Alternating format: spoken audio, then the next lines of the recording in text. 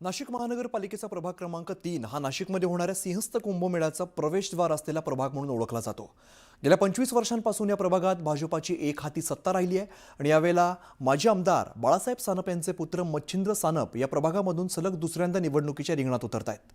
त्यांच्यासोबत माजी नगरसेविका प्रियंका माने, गौरव गोवर्धने आणि जुई शिंदे हे उमेदवार लढतायत।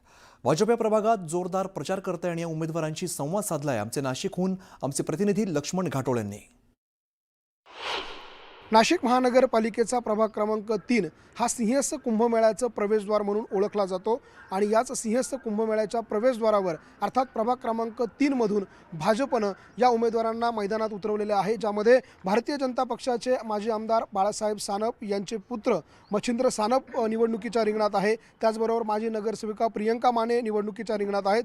त्याचबरोबर गोवर्धने आणि प्रणव शिंदे यांच्या पत्नी जुई शिंदे या देखील या निवडणुकीच्या रिंगणामध्ये आहे। अनेक कामं आम्ही या मागच्या 5 वर्षाच्या काळात केले आहे आणि यापुढेही आम्ही आता हा प्रभाग हा कुंभमेळाच्या प्रभागात असल्यामुळे जास्तीत जास्त निधी या प्रभागाला मिळणार आहे।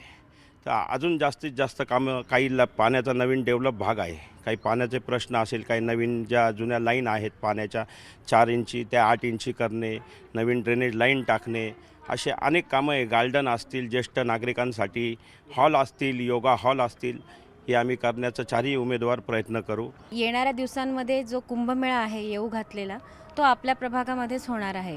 त्या दृष्टीने बरेच मोठे रिंग रोड असतील, ओपन स्पेसेसला गार्डन्समध्ये कन्वर्ट करणं असेल, ज्येष्ठांसाठी योगा आणि समाज मंदिरं असतील आणि टुरिझमच्या दृष्टीने सुद्धा आमच्या प्रभागाला खूप महत्त्व आहे।